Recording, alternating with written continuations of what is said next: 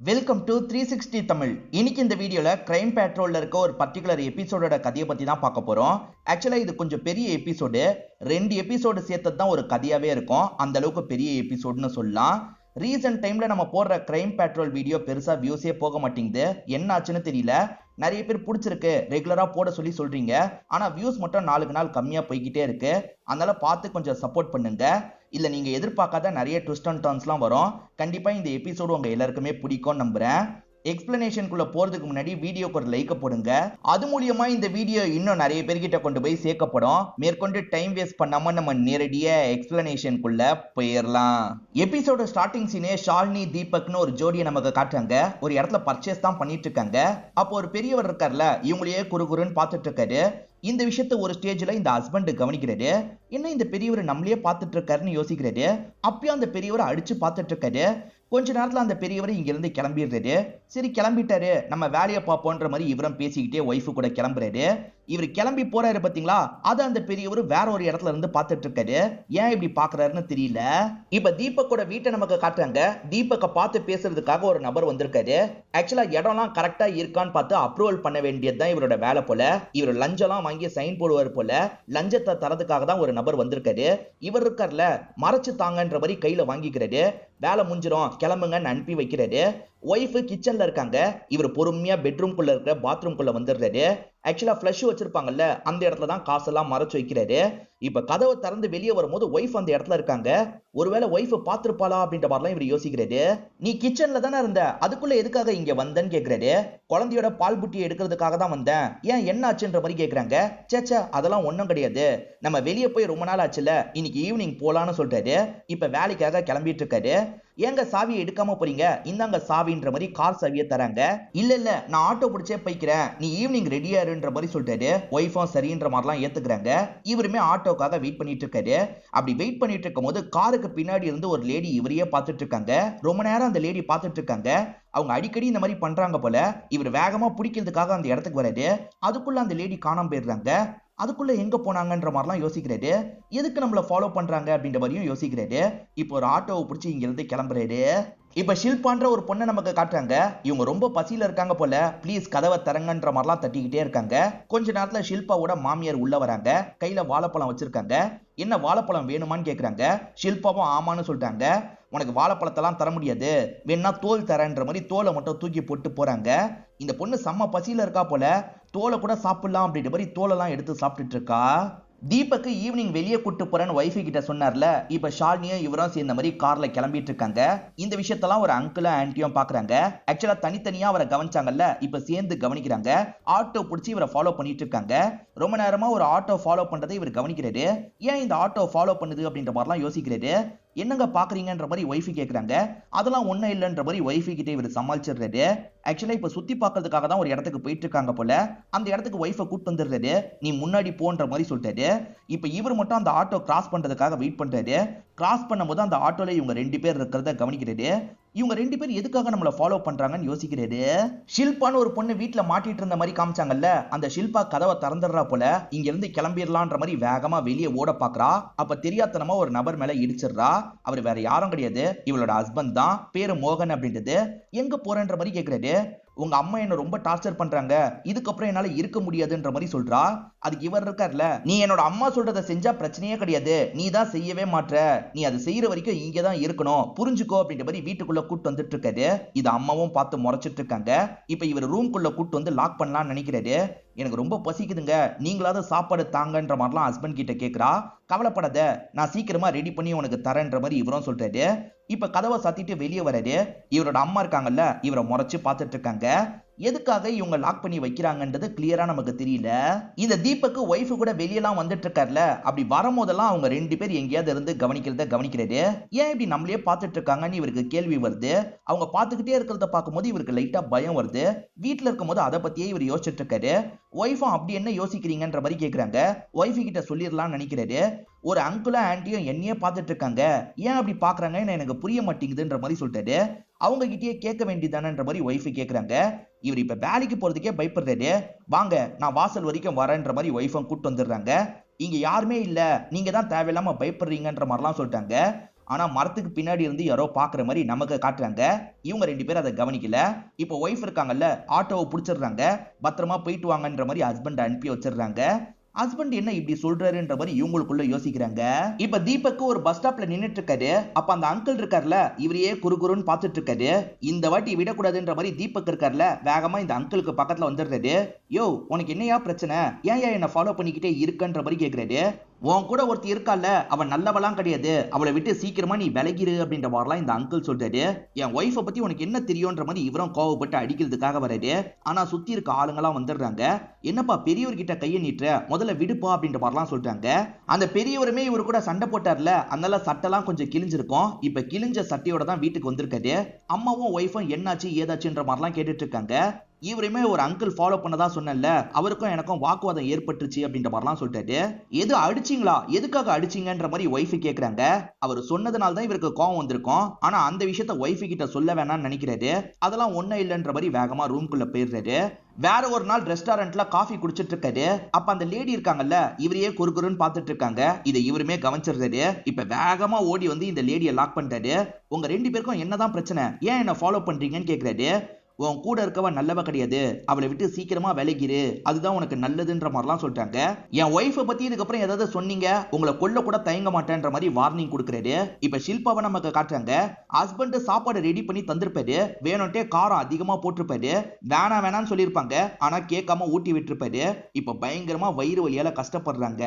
இப்ப அந்த வயசான கப்பல் ஃபாலோ பண்றது இல்ல அப்படின்ற மாதிரி ஒய்ஃப் கேக்குறாங்க. இல்ல, இன்னமும் ஃபாலோ பண்றாங்க தீபக் சொல்லிட்டாரு. இன்னைக்கு நானும் உங்க கூட வரேன், ஒரு கை பாக்குறேன் மாதிரி சொல்லிட்டாங்க.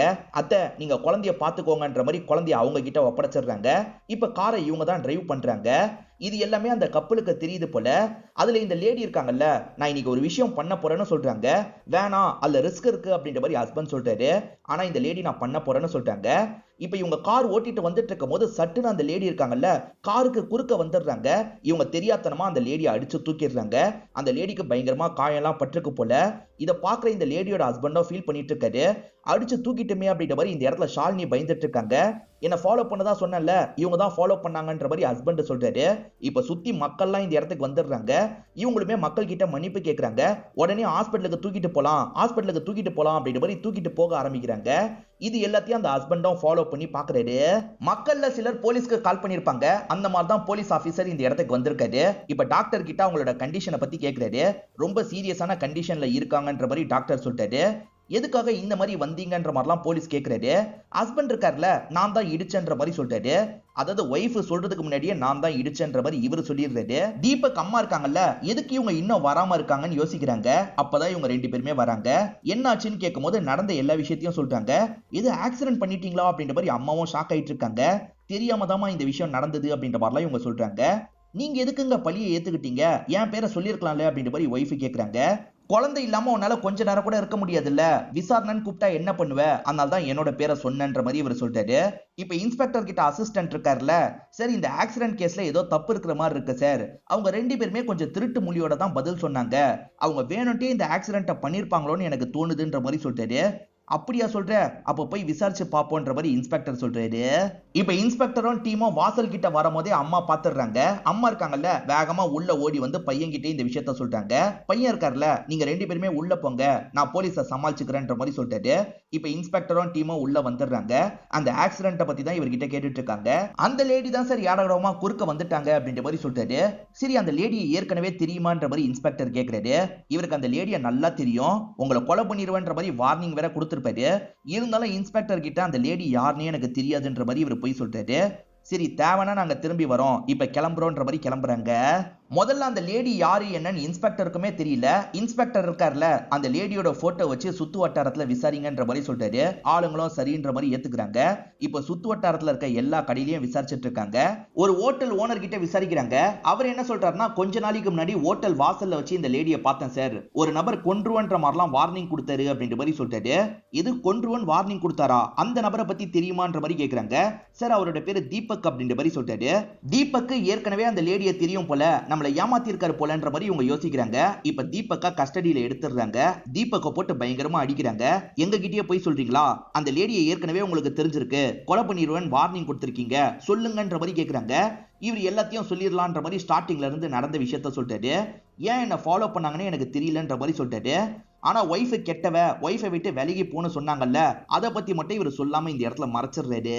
உண்மையை சொல்லணும்னா அன்னைக்கு நான் கார் ஓட்டல சார், என் ஒய்ஃப் தான் காரை ஓட்டினா, நான் தான் பழியை ஏத்துக்கிட்டேன் அப்படின்ற மாதிரிலாம் இவர் சொல்லிட்டு இருக்காரு. ஒருவேளை ஒய்ஃபை மாட்டதுக்காக வேணும்ட்டே கார்ல விழுந்திருப்பாங்களா அப்படின்ற மாதிரி யோசிக்கிறாங்க. இப்போ ஒய்ஃப் கிட்ட அந்த லேடியை தெரியுமான்ற மாதிரி கேக்குறாங்க. ஒய்ஃப் அந்த லேடியெல்லாம் எனக்கு தெரியாதுன்ற மாதிரி சொல்லிட்டாங்க. ஏதாவது ஒரு விதத்துல தீபக்கால அந்த நபர் பாதிக்கப்பட்டிருக்க வாய்ப்பு இருக்குன்ற மாதிரி இன்ஸ்பெக்டர் சந்தேகப்படுறாரு. நேரடியா பாதிக்கப்பட்டிருந்தா தெரிஞ்சிருக்கும், இன்டைரக்டா பாதிக்கப்பட்டிருக்க வாய்ப்பு இருக்குன்ற மாதிரிலாம் யோசிக்கிறாரு. ஆக்சுவலா ஒரு லேடி கூட ஒரு நபரும் வந்ததா சொன்னீங்கல்ல, அந்த நபரை பத்தி எங்களுக்கு தெரிஞ்சுக்கணும், அந்த நபரோட அடையாளத்தை சொல்லுங்கன்ற மாதிரி கேக்குறாங்க. இவர் இருக்கார்ல அந்த அங்கிளோட அடையாளத்தை எல்லாம் சொல்றாரு. இப்படிதான் இருந்தாரு அப்படின்ற மாதிரி இவங்க வரைஞ்சதை பார்த்து சொல்றாரு. இவங்களுமே எல்லா இடத்துலயும் இந்த போட்டோ வச்சு விசாரிக்கணும்னு நினைக்கிறாங்க. இந்த ஏரியாவோட சுத்து வட்டாரத்துல தான் இவங்க விசாரிச்சுட்டு இருக்காங்க. எல்லாருமே தெரியலன்னு சொல்லிட்டாங்க. ஒரு கோயில்ல இருக்க சாமியார் இருக்கார்ல, எனக்கு தெரியும்ன்ற மாதிரி சொல்லிட்டாரு. இவர் அடிக்கடி பூஜை பண்றதுக்காக இந்த இடத்துக்கு வருவாருன்னு சொல்லிட்டாரு. அப்படியா, இதுக்கப்புறம் பூஜை பண்றதுக்காக வந்தா உடனே எங்களுக்கு இன்ஃபார்ம் பண்ணணும்னு சொல்றாங்க. சரின்ற மாதிரி இவருமே ஏத்துக்கிறாரு. தீபக்கு காசு வாங்கி எதுலனாலும் சைன் போடுவாரு. அந்த மாதிரி எதுலயாவது சைன் போட்டு பாதிக்கப்பட்டவங்க பழி வாங்குறதுக்கு வந்திருக்காங்களா அப்படின்ற மாதிரிலாம் ஒய்ஃப் யோசிக்கிறாங்க. அந்த மாதிரி எல்லாம் எதுவுமே கிடையாதுன்ற மாதிரி ஹஸ்பண்ட் கோவப்படுறாரு. இப்பெல்லாம் நான் அந்த தப்பை பண்றதே இல்லைன்ற மாதிரியும் சொல்றாரு. இப்பதான் ஒய்ஃப் வேற ஒரு விஷயத்த சொல்றாங்க. ஆக்சுவலா இவர் தப்பு பண்ணி சீனியர் கிட்ட மாட்டிருப்பாரு. சீனியரா அந்த தப்பை நான் வெளியே சொல்லாம இருக்கணும்னா நீ எனக்காக ஒண்ணு பண்ணணும், உன் ஒய்ஃபை என்கிட்ட அட்ஜஸ்ட் பண்ணி நடந்துக்க சொல்லணும்னு சொல்லியிருப்பாரு. இவருமே ஒய்ஃபை அட்ஜஸ்ட் பண்ணி நடந்துக்கலாம் சொல்லியிருப்பாரு. உங்களுக்காக தான் இந்த அட்ஜஸ்ட்மெண்ட்டை நான் பண்ணேன், உங்களை காப்பாத்துறதுக்காக தான் பண்ணேன், நீங்க திரும்பி ஆரம்பிச்சிட்டீங்களான்ற மாதிரி ஒய்ஃபை கோவப்படுறாங்க. இதனால தான் ஒய்ஃபு கண்ணில் படாம அந்த காசை இவர் மறைச்செல்லாம் வச்சிருப்பாரு. அப்படிலாம் எதுவுமே கிடையாது, நீ தேவையில்லாம யோசிக்காது அப்படின்ற மாதிரி ஒய்ஃபை இவர் சமாதானப்படுத்திட்டு இருக்காரு. இவங்க ரெண்டு பேர் பேசிட்டு இருக்கிறத எதர்ச்சியா தீபக்கோட அம்மா கேட்டுருவாங்க. அட பாவி, இந்த மாதிரி எல்லாம் பண்ணிருக்கியா அப்படின்ற மாதிரி கோவப்பட்டு இருக்காங்க. ஆக்சுவலா இந்த ஷில்பா வீட்டுல வரதட்சணையை சரியா தரல போல, அதனால தான் ஷில்பாவை போட்டு டார்ச்சர் பண்ணிட்டு இருக்காங்க. இப்ப கூட டார்ச்சர் பண்றதுக்காக தான் ரூம் வராங்க. ஆனா ஷில்பா இருக்காங்கல்ல, ரெண்டு பேரையும் தள்ளி விட்டு ஓட ஆரம்பிக்கிறாங்க. ஷில்பா ஒழுங்கா நில்லுன்ற மாதிரி ஹஸ்பண்ட் துரத்துறாரு. ஆனா ஷில்பா இருக்காங்கல்ல, இங்க இருந்து தப்பிச்சு போயிடுறாங்க. அச்சச்சோ தப்பிச்சு போயிட்டாலேன்ற மாதிரி ரெண்டு பேருமே பயப்படுறாங்க. இப்ப தீபக்கோட வீட்டை நமக்கு காட்டுறாங்க. வேலைக்காரி இருக்காங்கல்ல, வேலை பார்க்கறதுக்காக கதவை திறந்து உள்ள வராங்க. அப்படி உள்ள வந்தவங்க ஒரு விஷயத்தை பார்த்து ஷாக் ஆயிடுறாங்க. ஏன்னா அந்த இடத்துல ஷில்பாவோட பாடி தான் இருக்கு. பார்த்த இவங்க போலீஸ்க்கு தகவலை கொடுத்துடுறாங்க. அந்த சமயம் தீபக்கும் ஒய்ஃபும் வீட்டுல இருக்க மாட்டாங்க. அவங்களுக்குமே தகவலை கொடுத்து இந்த இடத்துக்கு வர வச்சிடுறாங்க.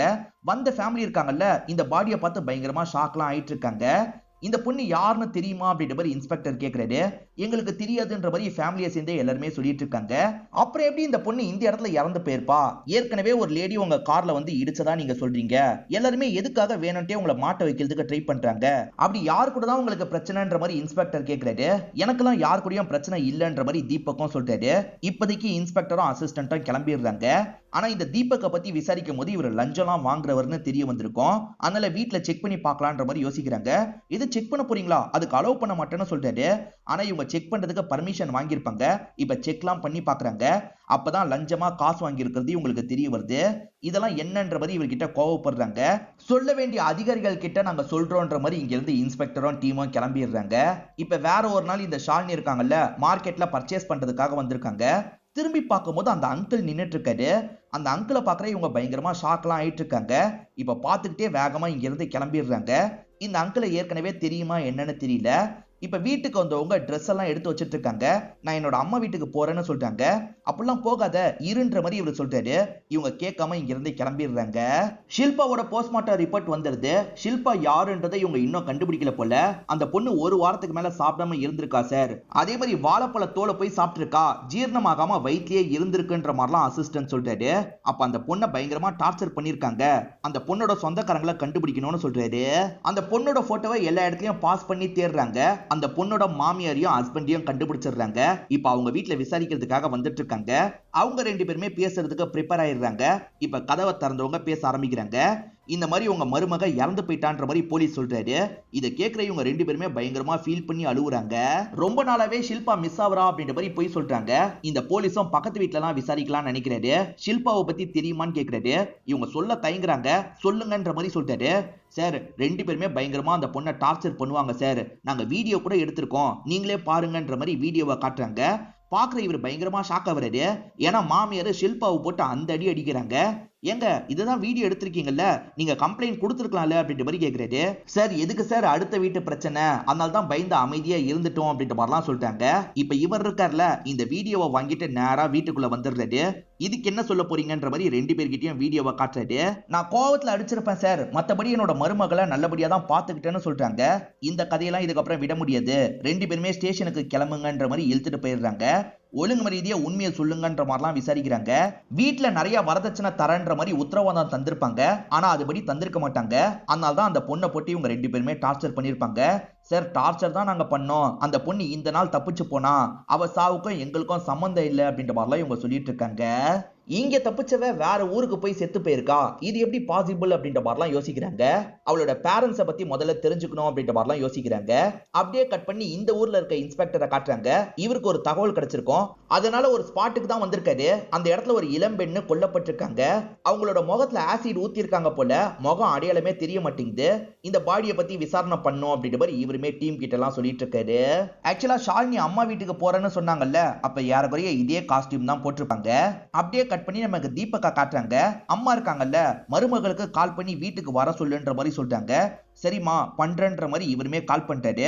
ஆனா அவங்களுக்கு கால் போகவே மாட்டேங்குது, என்னன்னு தெரியல, கால் போகவே மாட்டேங்குது அப்படின்ற மாதிரி இவரும் சொல்றாரு. ஷாலினியும் ரீச் பண்ண முடியல, அவங்க அம்மாவையும் ரீச் பண்ண முடியல. அதனால நேரா போலீஸ் ஸ்டேஷனுக்கு வந்துடுறாங்க. சார் என் ஒய்ஃபு காணோம் அப்படின்ற மாதிரி கம்ப்ளைண்ட் எல்லாம் கொடுக்குறாரு. ஷாலினி மிஸ் ஆகுறாங்களா, ஒருவேளை கிடைச்ச பாடி ஷாலினியோட பாடியா இருக்குமான்ற மாதிரி இன்ஸ்பெக்டர் யோசிக்கிறாரு. சரி அந்த அம்மாவோட அட்ரஸ் உங்களுக்கு தெரியும்ல, நீங்க அட்ரஸை தாங்க, நாங்களே போய் விசாரிக்கிறோன்ற மாதிரி சொல்லிட்டாரு. இப்ப அம்மாவை பாக்குறதுக்காக வந்துடுறாரு. அம்மா இருக்காங்கல்ல, என் பொண்ணு இங்க வரவே இல்லையே அப்படின்ற மாதிரி சொல்றாங்க. ஷாலினி மிஸ் ஆவறதா உங்களுக்கு கால் பண்ணி பார்த்திருக்காரு, உங்களை ரீச் பண்ண முடியலன்னு சொன்னாருன்ற மாதிரி இன்ஸ்பெக்டர் சொல்லிட்டாரு.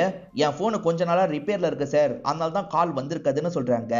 ஆக்சுவலா ஷாலினி கிட்ட ஒரு போன் இருந்தது பாத்தீங்களா, அந்த போன் ஒரு பர்டிகுலர் பகுதியில தான் சுவிட்ச் ஆஃப் ஆயிருக்கும். ஏறக்குறைய உங்களுக்கு பாடி ஒரு இடத்துல கிடைச்சதுல, அதுக்கு பக்கத்துல இருக்க பகுதியில தான் சுவிட்ச் ஆஃப் ஆயிருக்கும். அப்ப நமக்கு கிடைச்ச பாடி ஷாலினியோட பாடி போல அப்படின்ற மாதிரிலாம் இவர் யோசிக்க ஆரம்பிக்கிறாரு. இவங்களுக்கு ஒரு பாடி கிடைச்சது பாத்தீங்களா, அதுல கம்மல்லாம் இவங்களுக்கு கிடைச்சிருக்கும். அந்த கம்மலை காமிச்சு விசாரிச்சா என்னன்ற மாதிரிலாம் யோசிக்கிறாங்க. இப்ப நேரா தீபக்கோட வீட்டுக்கு வந்துடுறாங்க. இது உங்க ஒய்ஃபோட கம்மலா பார்த்து சொல்லுங்கன்ற மாதிரி கேட்கிறாரு. தீபக்கும் பாக்குறாரு. ஆமா சார் என் ஒய்ஃபோட கம்மல் தான், என்னாச்சுன்ற மாதிரி கேட்கிறாரு. இவங்களுக்கு ஒரு பாடி கிடைச்சது இல்ல, அதை பத்தி எல்லாம் சொல்றாங்க. இதை கேட்கிற அம்மாவும் தீபக்கும் பயங்கரமா ஃபீல் பண்ணி அழுகுறாங்க. அப்ப ஷாலினி கிட்ட இருந்த என்னோட குழந்தை அப்படின்ற மாதிரி இவர் ஷாக்கிங்கா கேட்கிறாரு. அதுதான் எங்களுக்கும் புரியல, நாங்க சீக்கிரமே கண்டுபிடிக்கிறோன்ற மாதிரி இன்ஸ்பெக்டர் சொல்லிட்டாரு. இப்ப அசிஸ்டன்ட் கிட்ட குழந்தை எங்க இருக்க வாய்ப்பு இருக்குன்ற மாதிரிலாம் டிஸ்கஸ் பண்ணிட்டு இருக்காரு. அப்ப அசிஸ்டன்ட் இருக்காருல, வேற ஒரு இன்ஃபர்மேஷனை சொல்றாரு. ஆக்சுவலா நேத்து நைட்டு ஒரு லேடி மிஸ்ஸிங் கம்ப்ளைண்ட் கொடுக்கறதுக்காக வந்திருப்பாங்க. அந்த பொண்ணோட பேரு மனிஷா அப்படின்றது. அந்த பொண்ணோட பிசிக்கும் இவங்களுக்கு கிடைச்ச பாடியோட பிசிக்கும் ஒரே மாதிரி தான் இருந்திருக்கும். ஒருவேளை அது மனிஷாவா இருக்க கூட வாய்ப்பு இருக்குன்ற மாதிரி தான் அசிஸ்டன்ட் சந்தேகப்படுறாரு. சரி அந்த மனிஷாவோட அம்மாவை கால் பண்ணி வர வைங்க, நான் பேசணும் அப்படின்ற மாதிரி இன்ஸ்பெக்டர் சொல்லிட்டாரு. இப்ப அம்மாவை வர வச்சிடுறாங்க. அம்மா கிட்ட தீபக்கோட போட்டோவையும் ஷாலினியோட போட்டோவையும் காட்டுறாரு. இவங்க ரெண்டு பேரை தெரியுமான்னு கேட்கிறாரு. இல்ல இவங்க ரெண்டு பேர் யாருன்னு எனக்கு தெரியாதுன்ற மாதிரி சொல்லிட்டாங்க. கவலைப்படாம போயிட்டு வாங்க, பொண்ணை கண்டுபிடிக்கணும்னு அனுப்பி வைக்கிறாங்க. இப்ப பாடி யாரோடதுன்னு கண்டுபிடிக்கிறதுக்கு ஒரு வழி இருக்கு. ஆக்சுவலா அந்த பாடியை மனிஷாவோட அம்மா கூடயே மேட்ச் பண்ணி பாருங்க, அதே மாதிரி ஷாலினியோட அம்மா கூடயே மேட்ச் பண்ணி பாருங்க. யாரு கூட மேட்ச் ஆகுதோ அது மூலியமா நம்ம பாடி யாரோடதுன்றதை கண்டுபிடிச்சிடலாம்னு சொல்றாரு. ஆளுங்களும் சரின்ற மாதிரிலாம் இந்த இடத்துல ஏத்துக்கிறாங்க. ஷில்பாவோட மாமியாரையும் ஹஸ்பண்டையும் லாக் பண்ணி வச்சிருக்காங்கல்ல, அவங்க கிட்ட ஷில்பாவோட ஃபேமிலியை பத்தி விசாரிக்கிறாங்க. ஷில்பாவை பொறுத்த வரைக்கும் விக்ரம்னு ஒரு அண்ணன் இருக்கான் சார், ஃபேமிலி இந்த ஊர்ல தான் இருக்காங்க. நான் கால் பண்ண ரீச்சே பண்ண முடியல சார், என்னாச்சு ஏதாச்சுன்னு தெரியலன்ற மாதிரிலாம் சொல்றாரு. வீட்டுக்கிட்ட போலான்ற மாதிரி இவங்களும் வீட்டை வந்து செக் பண்றாங்க. பார்த்தா பூட்டு போட்டிருக்கிறது இவங்களுக்கு தெரிய வருது. சரி பக்கத்து வீட்டுல விசாரிச்சா தெரியும்ல, விசாரிச்சு பார்க்கலான்ற மாதிரி யோசிக்கிறாங்க. விக்ரமும் ஃபேமிலியும் இல்லையான்ற மாதிரிலாம் கேட்டுட்டு இருக்காங்க. இல்ல சார் ஒரு மாசமா ஆளை காணோம், எங்க போனாங்கன்னு தெரியலன்ற மாதிரி சொல்லிட்டாரு. விக்ரமோட தங்கச்சி ஷில்பாவை பத்தி தெரியுமான்ற மாதிரி கேட்கிறாரு. நல்லா தெரியும் சார், தங்கச்சிக்கு சொன்னதை செய்ய முடியலன்ற மாதிரி விக்ரம் ரொம்ப ஃபீல் பண்ணான். அவன் வாழ்க்கையிலயும் நிறைய கஷ்டம்லாம் நடந்துருச்சு அப்படின்ற மாதிரி சொல்லிட்டாரு. எது கஷ்டம் நடந்துச்சா, என்ன கஷ்டம் நடந்தது அப்படின்ற மாதிரிலாம் இவர் கேட்டு தெரிஞ்சிட்டு இருக்காரு. அப்ப தெரியாதனமா இவங்க கையில வச்சிருக்க அந்த பெரியவரோட போட்டோவா அவர் பாத்துறாரு. சார் இதுதான் விக்ரமோட அப்பான்னு சொல்றாரு, அதாவது ஷில்பாவோட அப்பான்னு சொல்றாரு. இதை கேட்கிற ஆபீசருக்கு ஷாக்கிங்கா இருக்கு. அவங்களோட போட்டோ கிடைக்குமான்னு கேட்கிறாரு. சார் என் பொண்ணு ஃபங்க்ஷனுக்கு வந்தாங்க, போட்டோ இருக்கும், இருங்க எடுத்துட்டு வரேன் அப்படின்ற மாதிரி இவருமே வீட்டுக்குள்ள எடுக்கிறதுக்காக போயிடுறாரு. இன்ஸ்பெக்டர் ரெண்டு பேர்கிட்டயும் மேட்ச் பண்ணி பார்க்க சொன்னாரு பாத்தீங்களா, அந்த மாதிரி மேட்ச் பண்ணதுல இறந்து போயிருக்கிறது மனிஷான்னு தெரிய வருது. ஏன்னா மனிஷா அம்மா கூட தான் மேட்ச் ஆயிருக்கும். அப்ப இறந்து போனது ஷாலினி கிடையாது, ஆனா ஷாலினின்னு நம்ம நினைக்கணும்ன்ற மாதிரி நினைச்சிருக்காங்க. வேணும்ட்டே ஆர்னமெண்ட்ஸ் அந்த இடத்துல போட்டிருக்காங்க. குழந்தை இப்ப எங்க போச்சுனோ தெரியல. ஷாலினியே கூட இதை திட்டமிட்டு பண்ணிருக்க வாய்ப்பு இருக்குன்ற மாதிரிலாம் யோசிச்சுட்டு இருக்காங்க. இப்ப ஷாலினி இருக்காங்கல்ல, குழந்தைகிட்ட விளையாடிட்டு இருக்காங்க. அம்மாவும் குழந்தைக்கு பால் எல்லாம் எடுத்துட்டு வந்து தந்துட்டு இருக்காங்க. ஆக்சுவலா அம்மா பொண்ணு வீட்டுக்கே வரலன்னு சொல்லியிருப்பாங்க. ஆனா அம்மா வீட்டுல தான் வச்சிருக்காங்க போல. இப்ப அம்மா இருக்காங்கல்ல, உனக்காக வேற ஒருத்தரை நான் பார்த்திருக்கேன், நீ அவரை தான் கல்யாணம் பண்ணும் அப்படின்ற மாதிரி சொல்லிட்டாங்க. இல்லம்மா, இதுக்கப்புறம் நீங்க சொல்ற மாதிரி நான் பண்ண மாட்டேன்ற மாதிரி பொண்ணு சொல்றா. அம்மா உன் நல்லதுக்காக தான் நான் சொல்லுவேன், நான் சொல்றதை கேளு. இவரோட பேரு ரவி அப்படின்றது, பெரிய பிசினஸ் மேனு. இவரை கல்யாணம் பண்ணிக்கிட்டா நீ சந்தோஷமா இருக்கலாம், கல்யாணம் பண்ணிக்கோன்ற மாதிரி சொல்லிட்டாங்க. கடைசியில இவங்களுமே ஏத்துக்கிறாங்க. இருங்க, ஆல்பத்தை எடுத்துட்டு வரேன்னு சொன்னாரு பாத்தீங்களா, அவர் ஆல்பத்தை எடுத்துட்டு வந்துடுறாரு. சார், இதுதான் விக்ரம் அப்படின்ற மாதிரி விக்ரம காட்டுறாரு. இதுதான் விக்ரமோட ஒய்ஃப், இவ பேரு ஷாலினி அப்படின்ற மாதிரி சொல்லிட்டாரு. ஷாலினி இங்க இருக்கிறத பார்த்து இவங்க ஷாக் ஆயிடுறாங்க. ஷாலினி கார்ல ஒரு லேடியை இடிச்சாங்கல்ல, அந்த லேடி யாருன்னே எனக்கு தெரியலன்னு சொல்லியிருப்பாங்க. ஆனா அந்த லேடி தான் மாமியார்ன்றது உங்களுக்கு தெரிய வருது. அதே சமயம் ஹஸ்பண்டோட தங்கச்சி தான் ஷில்பா. ஷில்பா வீட்டுல இறந்து கிடக்கும் போது யாருன்னே தெரியலன்ற மாதிரி சொல்லியிருப்பாங்க. எதுக்காக தெரியலன்னு போய் சொன்னாங்க, அப்ப ஷாலினி எதையோ மறைக்கிறாங்க போல அப்படின்ற மாதிரி இவர் யோசிக்கிறாரு. இதை பத்திலாம் இன்ஸ்பெக்டருக்கு கால் பண்ணி சொல்றாரு. இது கேட்கிற இன்ஸ்பெக்டரும் பயங்கரமா ஷாக் ஆயிட்டு இருக்காரு. அப்ப ஷாலினி தப்பானவ போலன்னு யோசிக்கிறாரு. அந்த லேடியை பார்க்கும் போதும் சரி, அதே சமயம் ஷில்பாவை பார்க்கும் போதும் சரி, ஷாலினி பயங்கரமா ஷாக் ஆயிருப்பாங்க. ஆனா தெரியாதுன்ற மாதிரி போய் சொல்லியிருப்பாங்க. அடுத்ததான் மாமனாரை மார்க்கெட்டை வச்சு பார்த்திருப்பாங்க. அதுக்கப்புறம் தான் இந்த இடத்தை விட்டே நான் போறேன்ற மாதிரி கிளம்பி போயிருப்பாங்க. இவங்களுக்கு கிடைச்ச பாடி மனிஷாவோட பாடின்றது கன்ஃபார்ம் ஆயிடுச்சு இல்ல, அதனால மனிஷாவோட அம்மா கிட்ட ஒப்படைக்கிறாங்க. அம்மாவும் பாடியை பார்த்து பயங்கரமா ஃபீல்லாம் பண்ணிட்டு இருக்காங்க. இப்ப ரவி இருக்கார்ல, ஒரு ரெஸ்டாரண்ட்ல வெயிட் பண்ணிட்டு இருக்காரு. அந்த இடத்துக்கு அம்மா பொண்ணுன்னு ரெண்டு பேருமே இந்த இடத்துக்கு வந்துடுறாங்க. ஆக்சுவலா இவருக்கு வயசு ரொம்ப அதிகமாயிருச்சு, லேட் மேரேஜ் போல. அம்மா இவருக்கு கல்யாணம் பண்ணி வச்சா பொண்ணு நல்லா இருப்பா, நிறைய காசு கிடைக்கும்ன்றதுக்காக தான் இப்படி பிளான் பண்றாங்க போல. எனக்கு பொண்ணு ரொம்ப பிடிச்சிருக்கு, பொண்ணுக்கு பிடிச்சிருக்கான்ற மாதிரி ரவி கேக்குறாரு. இந்த பொண்ணு சொல்ல வரதுக்கு முன்னாடி அம்மா சொல்றாங்க, என் பொண்ணுக்கு உங்களை பிடிச்சிருக்கு, அதனால தான் நான் கூட்டியே வந்தேன்ற மாதிரிலாம் சொல்றாங்க. இவளுமே எதுவுமே பேசாம அமைதியா இருந்துடுறா. இப்ப வீட்டுல குழந்தைய கொஞ்சிட்டு இருக்கா. இதை பாக்குற அம்மா இருக்காங்கல்ல, நீ குழந்தையோட இருக்கிறது அவருக்கு பெருசா பிடிக்கல, குழந்தைய பேசாம ஆசிரமத்துல சேர்த்து விட்டுலான்ற மாதிரி சொல்றாங்க. என்ன சொல்றீங்க, என் குழந்தையெல்லாம் நான் எங்கேயும் விட மாட்டேன், குழந்தை என்கிட்டயே தான் இருக்கும்ன்ற மாதிரிலாம் சொல்றாங்க. இப்ப ரவி கிட்ட இருந்து போன் கால் வருது. உங்க பொண்ணு எனக்கு ரொம்பவே பிடிச்சிருக்கு, இன்னும் 6 மாசத்துல கல்யாணத்தை வச்சுப்போன்ற மாதிரி சொல்றாரு. 6 மாசம் எதுக்கு, இன்னும் 2 மாசத்துல கல்யாணத்தை வச்சுப்போம், கல்யாணத்தெல்லாம் காலகாலத்துல பண்ணோம், தள்ளி போடக்கூடாது அப்படின்ற மாதிரி அம்மா சொல்லிட்டு இருக்காங்க. விக்ரமோட போட்டோ வச்சு விசாரிக்கிறாங்க. விக்ரம் வேற ஒரு வீட்டுல தங்கிட்டு இருக்கிறது இவங்களுக்கு தெரிய வருது. இப்ப விக்ரம பாக்குறதுக்காக அந்த வீட்டுக்கு வந்துடுறாங்க. விக்ரமோ போலீஸை பார்த்து ஷாக் ஆகுறாரு. இந்த வீட்டுல தான் விக்ரமோட அப்பா இருக்காரு. அவருமே போலீஸை பார்த்து பயங்கரமா ஷாக் ஆகுறாரு. ஆக்சுவலா இவரோட ஒய்ஃப் ஆக்சிடென்ட் ஆகி ஹாஸ்பிட்டல்ல அட்மிட் ஆனாங்கல்ல, அவங்க 2 நாள்ல இறந்து போயிருப்பாங்க. இப்ப இன்ஸ்பெக்டர் இருக்கார்ல, எதுக்காக உங்க மருமகளோட புது மாப்பிளைய ஃபாலோ பண்ணீங்க, ஒழுங்கா சொல்லுங்கன்ற மாதிரிலாம் கேட்கிறாரு. இவங்களுமே எல்லா விஷயத்தையும் சொல்லிடலாம் அப்படின்ற மாதிரி ஸ்டார்டிங்ல இருந்து சொல்ல ஆரம்பிக்கிறாங்க. விக்ரமோட ஃபேமிலியை பொறுத்த வரைக்கும் கொஞ்சம் வசதியான ஃபேமிலியா தான் இருப்பாங்க. பேரண்ட்ஸ் தான் ஷாலினியை பார்த்து இவருக்கு கல்யாணம் பண்ணி வச்சிருப்பாங்க. இவருக்குமே ஷாலினியை ரொம்ப பிடிக்கும். 2 பேருமே ரொம்ப அன்பா பழகிட்டு இருக்காங்க. மாமனார் மாமியார் கிட்டயும் ரொம்ப மரியாதையா நடந்துக்கிறாங்க. மாமனார் மாமியாருக்கும் இவங்களை ரொம்ப பிடிக்கும். ஆனா அவளோட இன்டென்ஷன் சரியில்லைன்னு எனக்கு போக போக தான் புரிஞ்சதுன்னு சொல்றாரு. ஆக்சுவலா இவர் தூங்கிட்டு இருக்கும் போது ஷாலினி இருக்காங்கல்ல, இவரோட நகையை சாமர்த்தியமா எடுக்கிறதுக்கு ட்ரை பண்றாங்க. ஆனா இவர் சட்டுன்னு தடுத்துறாரு. என்ன பண்ணிட்டு இருக்கேன்னு கேக்குறாரு. இல்லங்க, சும்மா பாக்குறதுக்காக தான் எடுத்தேன்ற மாதிரிலாம் சொல்றாங்க.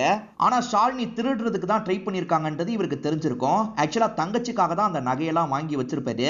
ஏன்னா தங்கச்சியை கல்யாணம் பண்ணிக்க போறவர்கிட்ட ப்ராமிஸ் எல்லாம் பண்ணிருப்பாரு. அதுக்காக வாங்கி வச்ச நகை தான் அதுன்ற மாதிரிலாம் சொல்றாரு. ஷாலினிக்கு ஐடியா கொடுக்கறதே அவங்களோட அம்மா தான் போல. அப்ப பிளான் பண்ண மாதிரி நகையை எடுக்க முடியலையான்ற மாதிரி அம்மா கோவப்படுறாங்க.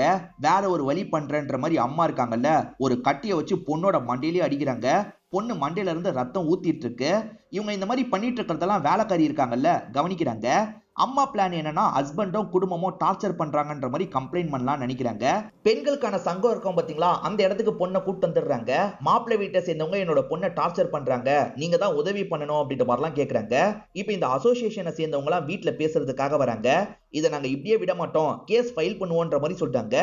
இது நாங்க டார்ச்சர் பண்ணுமா, நாங்களாம் டார்ச்சர் பண்ணலன்ற மாதிரி இவங்க சொல்றாங்க. இல்ல, டார்ச்சர் பண்ணிருக்கீங்க, இத கேஸா ஃபைல் பண்ணியாச்சு அப்படின்ற மாதிரி போலீஸ் சொல்றாரு. ஆக்சுவலா வந்ததுல சிலர் இருக்காங்கல்ல, விக்ரம போட்டு பயங்கரமா அடிச்சிடுறாங்க. காசை பறிக்கிறதுக்காக தான் ஷாலினி அம்மா இப்பெல்லாம் பிளான் பண்ணிட்டு இருக்காங்க. ஆக்சுவலா வீட்டுல இருக்கவங்க ஏன் ஷாலினி இப்படி நடந்துக்கிறான்ற மாதிரி யோசிச்சுட்டு இருக்காங்க. அப்ப வேலைக்காரி இருக்காங்கல்ல, இதுதான் நடந்தது, நான் இந்த விஷயத்தை தான் கவனிச்சேன்ற மாதிரி சொல்றாங்க. கேஸ் உங்க ஒய்ஃபுக்கு ஃபேவரா தான் போயிட்டு இருக்கு, நீங்க மாட்டீங்கன்னா 7 வருஷத்துக்கு மேல ஜெயில இருப்பீங்க, அதனால அவுட் ஆஃப் த கோர்ட் செட்டில்மெண்ட்டை முடிச்சிருங்கன்ற மாதிரிலாம் சொல்றாரு. சரி எவ்வளவு காசு வேணும்னு தந்துடலான்ற மாதிரி இவங்க யோசிக்கிறாங்க. அம்மா நிறைய காசு கேக்குறாங்க. பரவாயில்லன்ற மாதிரி இவரும் காசெல்லாம் தந்துடுறாரு. இந்த டைம்ல தான் தங்கச்சிக்கு கல்யாணம் முடிஞ்சிருக்கும். நாங்க இந்த தேதிக்குள்ள காசை தந்துடுறோம்னு சொல்லியிருப்பாங்க. ஆனா அந்த காசு எல்லாமே செலவாயிருக்கும். என்ன பண்றதுன்னு தெரியாம இவங்க தள்ளி போட்டுக்கிட்டே இருப்பாங்க. இதனால கோவப்பட்ட மாமியார் இருக்காங்கல்ல, ஷில்பாவை தினமும் பயங்கரமா டார்ச்சர் பண்ணுவாங்க. ஷில்பா அடிக்கடி கால் பண்ணுவாங்க. அண்ணன் பயங்கரமா டார்ச்சர் பண்றாங்க, ப்ளீஸ்ண்ண பேசின மாதிரி காசை தந்துரு அப்படின்ற மாதிரிலாம் சொல்லிட்டாங்க. நான் எப்படியாவது தந்துடுறேம்மா, நீ அழாத அப்படின்ற மாதிரி இவர் சமாதானம்லாம் சொல்றாரு. இதெல்லாம் பார்த்துட்டு இருக்க என்னோட பேரண்ட்ஸால சும்மா இருக்க முடியல. ஷாலினி தானே இதுக்கெல்லாம் காரணம், அவளை ஏதாவது பண்ணணும்ன்ற மாதிரிலாம் யோசிச்சாங்க. இதனால தான் ஷாலினி பகுதிக்கு போனாங்கன்ற மாதிரிலாம் இவர் சொல்லிட்டாரு. இப்ப இன்ஸ்பெக்டர் அப்பாவை பார்த்து பேசுறாரு. உங்க பொண்ணு அங்க இருந்து தப்பிச்சு உங்களை பார்க்க தானே வந்தா, என்ன நடந்தது ஒழுங்கா சொல்லுங்கன்ற மாதிரிலாம் கேக்குறாரு. தப்பிச்ச ஷில்பா இருக்காங்கல்ல, அப்பாவும் அண்ணனும் எங்க இருக்காங்கன்னு தெரிஞ்சு பாக்குறதுக்காக வந்திருப்பாங்க. அப்பா நீங்க காசை தந்தாதான்ப்பா நான் நிம்மதியா வாழ முடியும்ன்ற மாதிரிலாம் சொல்றாங்க. ஆனா காசு இல்லன்றத அப்பா புரிய வைக்கிறாரு. இது தெரிஞ்சோன்னு பொண்ணு பயந்து ஒரு ரூம்ல போய் கதவை சாத்திக்கிறாங்க. கதவை தரமான்ற மாதிரி தட்டிக்கிட்டே இருக்காரு. ஆனா நம்ம வாழவே வேணான்ற மாதிரி இவங்க இறந்து போயிடுறாங்க. கதவை உடச்சிட்டு இவர் வரும்போது தான் பொண்ணு இறந்து போயிருக்கிறது தெரிய வருது. பொண்ணு இறந்து போயிட்டாலே அப்படின்ற மாதிரி பயங்கரமா ஃபீல் பண்ணிட்டாரு. இந்த சமயம் தான் ஒய்ஃப் இறந்து போன தகவல் இவருக்கு தெரிஞ்சிருக்கும். இதுக்கெல்லாம் காரணம் அந்த ஷாலினி தானே, அந்த ஷாலினியை மாட்டி விடணும் அப்படின்ற மாதிரி யோசிச்சிருப்பாரு. இந்த பாடியை தூக்கிட்டு போய் ஷாலினி வீட்டுல போட்டுடலாம், ஷாலினி மாட்ட வாய்ப்பு இருக்குன்ற மாதிரிலாம் இவர் யோசிச்சிருப்பாரு. ஆட்டோ டிரைவரை இந்த பொண்ணுக்கு என்னாச்சுன்னு கேட்கிறாரு. பீசிங் வந்து மயங்கிட்டாப்பா, டாக்டர் கிட்ட தான் கூட்டு போறேன்ற மாதிரி சொல்லிட்டாரு. அது அந்த ஆட்டோ டிரைவர் நம்பிடுறாரு. இவர் சொன்ன இடத்துல இறக்கி விட்டுறாரு. அந்த வீட்டுல இவர் வஸ்ட் போயிடலான்ற மாதிரி வஸ்ட் போயிருப்பாரு. உங்க பையனுக்கு நடந்த விஷயத்த நினைக்கும் போது கஷ்டமா தான் இருக்கு. அதுக்காக நீங்க ஒரு விஷயம் பண்ணிருக்கீங்கல்ல, இதுவும் சரி கிடையாது சார், இதுக்கான தண்டனை கிடைக்கும்ன்ற மாதிரி இன்ஸ்பெக்டர் சொல்லிட்டாரு. இப்ப அம்மா பொண்ணு ரெண்டு பேரையும் கண்டுபிடிக்கணும்ல, இவங்க ரெண்டு பேருமே மோசமானவங்க, பார்த்தா தகவலை கொடுங்கன்ற மாதிரி விளம்பரம் பண்ணிடுறாங்க. பொண்ணு இருக்காங்கல்ல, சரண்டர் ஆகுறதுக்காக ஸ்டேஷனுக்கு வந்துடுறாங்க. இந்த பொண்ணு பண்ண ஒரு விஷயத்தையும் நமக்கு காட்டுறாங்க. என்னோட அம்மா உங்களை ஏமாத்த பாக்குறாங்க, தயவு செஞ்சு ஏமாந்தி என்னோட அம்மாக்கு காசெல்லாம் தந்துடாதீங்க, எனக்கு இந்த கல்யாணத்துல விருப்பம் இல்லைன்ற மாதிரி நேரடியா ரவி கிட்ட சொல்லியிருப்பாங்க. நீ தானே மனிஷாவை சாவடிச்சு ஒன்ன மாதிரி செட் பண்ணி வச்சன்ற மாதிரி இன்ஸ்பெக்டர் கேட்கிறாரு. சார் சத்தியமா நான் அந்த விஷயத்தெல்லாம் பண்ணலன்ற மாதிரி இவங்க சொல்றாங்க. அம்மா சொல்லிதான் எல்லாத்தையும் பண்ணன்ற மாதிரி சொல்லிட்டாங்க. ஆக்சுவலா அம்மா இருக்காங்கல்ல, இவங்க குழந்தைய புடிங்கி வச்சிருப்பாங்க. நீ மட்டும் ரவியை கல்யாணம் பண்ணலன்னு வச்சுக்கோ, இந்த குழந்தைய நான் சாவடிச்சிருவேன் அப்படின்ற மாதிரிலாம் மிரட்டி இருப்பாங்க. பொண்ணு இந்த இடத்துக்கு வந்திருக்கிறது அம்மாக்கு தெரியாது. சரி உன் அம்மாக்கு கால் பண்ணு, சாமர்த்தியமா ஒரு இடத்துக்கு வர சொல்லு, நாங்க அமைக்கிறோம் அப்படின்ற மாதிரி சொல்லிட்டாங்க. இப்ப பொண்ணுமே கால் பண்ணி அம்மா கிட்ட பேசிட்டு இருக்கா. இவ பதட்டமா பேசிட்டு இருக்கிறத அம்மா கண்டுபிடிச்சிடுறாங்க. என்ன போலீஸ் கிட்ட போயிட்டியா, என்ன மாட்டி விட தானே பாக்குற, உன் குழந்தையோட கதையை முடிக்கிறன்ற மாதிரி அம்மா சொல்றாங்க. அவசரப்பட்டு அப்படிலாம் பண்ணிடாதீங்கன்ற மாதிரி இவளுமே சொல்லிட்டு இருக்கா. இப்ப போலீஸும் போன் டவரை வச்சு அம்மாவை அமைக்கிறலாம் நினைக்கிறாங்க. இப்ப எல்லா ஸ்டேஷன்ல இருக்கவங்களுக்கும் தகவலை பாஸ் பண்றாங்க. அம்மா ஒரு ஆட்டோல தான் போயிட்டு இருக்காங்க. சீக்கிரம் போன்ற மாதிரி சொல்லிட்டு இருக்காங்க. இருந்தாலுமே ஒரு ஸ்டேஜ்ல இவங்க இருக்காங்கல்ல, அம்மாவை அமுக்கி பிடிச்சிடுறாங்க. இந்த அம்மாவை பொறுத்த வரைக்கும் நிறைய காசெல்லாம் வேணும்னு நினைப்பாங்க. பொண்ணு மூலியமா தான் அந்த காசை சம்பாதிக்கணும், பொண்ணை யாருக்காவது கல்யாணம் பண்ணி வைக்கணும், ஏமாத்தி ஒவ்வொருத்தர்கிட்ட இருந்தா நிறைய காசை புடுங்கணும்ன்ற மாதிரிலாம் யோசிச்சிருப்பாங்க. ஆனா பொண்ணை பொறுத்த வரைக்கும் நிம்மதியா ஒரு வாழ்க்கை வாழணும்னு நினைச்சிருப்பாங்க. பொண்ணு முன்னாள் மாமனாரை பார்த்தோன்னா பயந்துருப்பா. உங்களை பார்க்க வரமான்ற மாதிரி அம்மாக்கு கால் பண்ணிருப்பா. அம்மா பொண்ணோட பிசிக்ல இருக்க ஒரு பொண்ணை முடிவு பண்ணி வச்சிருப்பாங்க. அந்த பொண்ணு வேலையை முடிச்சுட்டு வரும்போது பின்னாடி இருந்து மண்டையிலேயே அடிச்சிடுறாங்க. இந்த பொண்ணோட முகத்தை சதைச்சிருவோம், நம்ம பொண்ணு மாதிரி ஏமாத்திரலாம், அதுக்கப்புறம் தீபக் பிரச்சனை கிடையாது, பொண்ணை வேற யாருக்காவது கல்யாணம் பண்ணி வைக்கலாம், அவரை ஏமாத்தி நிறைய காசெல்லாம் சேர்க்கலான்ற மாதிரி அம்மா பிளான் போட்டிருப்பாங்க. அது எல்லாத்தையும் இன்ஸ்பெக்டர் கண்டுபிடிச்சிடுறாருல. இப்ப சம்பந்தப்பட்ட எல்லாருக்குமே தண்டனைலாம் வாங்கி தந்துடுறாரு. இதோடயே இந்த எபிசோட் கதையை நமக்கு முடிச்சிடுறாங்க. இந்த கதையில நீங்க எதிர்பார்க்காத நிறைய ட்விஸ்ட் அண்ட் டர்ன்ஸ்லாம் வந்திருக்கும். கண்டிப்பா உங்களுக்கு பிடிச்சிருக்கும் நம்புறேன். இந்த வீடியோ உங்களுக்கு பிடிச்சிருந்ததுன்னா லைக் பண்ணுங்க, கமெண்ட் பண்ணுங்க, மறக்காம 360 தமிழ் சேனலை சப்ஸ்கிரைப் பண்ணுங்க. தொடர்ச்சியா இந்த மாதிரி வீடியோக்கள் வந்துகிட்டே தான் இருக்கும்.